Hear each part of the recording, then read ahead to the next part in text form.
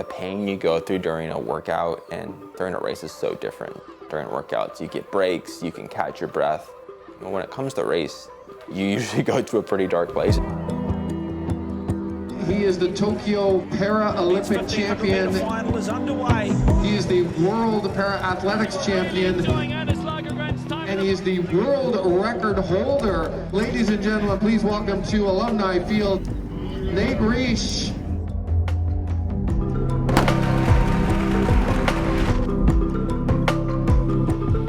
Yeah, getting to Guelph was honestly relatively easy. I didn't end up doing any running. I went and got some groceries and honestly just tried to settle in. And I think the biggest thing post-travel is just to get some good rest. And the following day is really when I got a shakeout in. It was the day before the race, so I usually do a morning shakeout, and then in the afternoon, we'll do 2 times 200 meters. Lots of rolling out because I unfortunately don't travel that well, which is why I usually like to get there a couple days ahead of time so I can get all those kinks out and try and feel my best on race day. Going to the shakeout, everything was feeling good. I don't know if this is how other athletes feel, but I always want to feel so perfect, and like any athlete always has some things going on, but honestly, I've been feeling the best I've been feeling in quite a while, so I was really happy about that. We put in some really good work, especially the 10 days leading up to the Guelph race, and I was a little bit nervous. I mean, I think when you try and call your shot, there's some nerves that definitely come with that. You know, I don't want to be, for lack of a better word, a fraud and, not do as well as I want to do.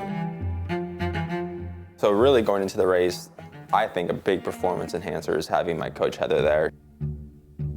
She's not at all of my meets, so whenever I can have her here, it's always good. We talked about the race plan a little bit, and he's got a race plan in terms of how he really wants to execute with some key cues, but also just pacing in terms of where we are at this point in the season.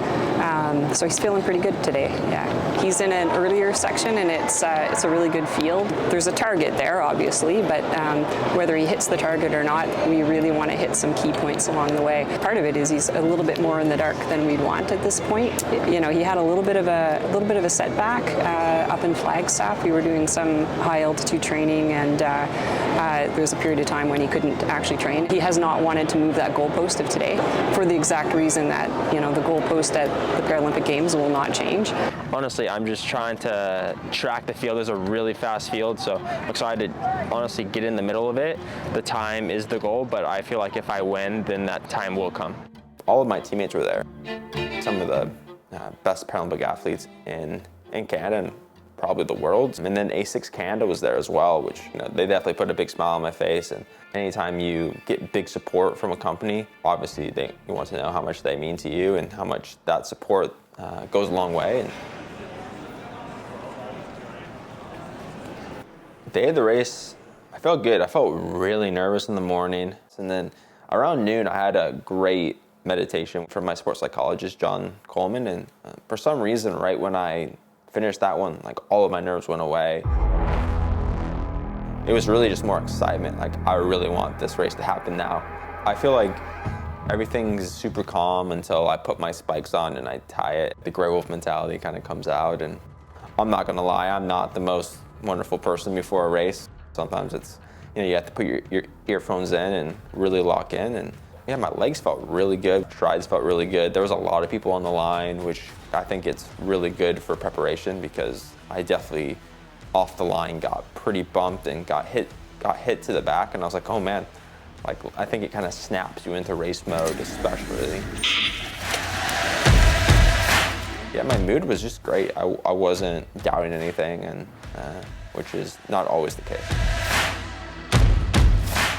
The pace was honestly like really well. I did get clipped a couple times, but that stuff is really good for preparation. And then with 400 meters to go, I mean, there was a sense of I knew I wasn't gonna get the record. Like my legs were really heavy, but I really wanted to run really hard.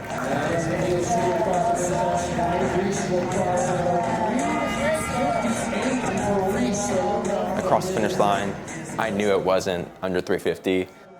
So when I saw the time flick up on the board, I was a little bit like, oh man, that sucks.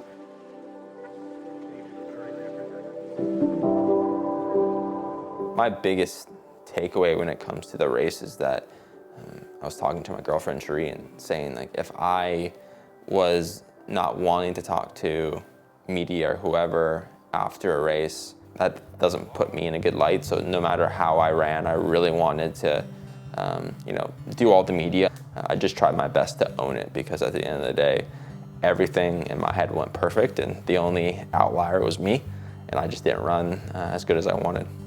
Yeah, the race was certainly not what I was hoping for, but I think it's what I needed today. It hurts for sure. Like, if I said it didn't hurt, I'd be lying. At the end of the day, I thought I would come out and run 3:47 for a second race, and I didn't do that. That's what makes sport exciting, is what makes life exciting, is that you got to lean into those things. And it's fun to see what happens from June 4th all the way to September 7th, and I certainly hope everyone will follow along and kind of see the roller coaster that'll be the Paralympic season. These races are really important, but it's almost like every race becomes more important.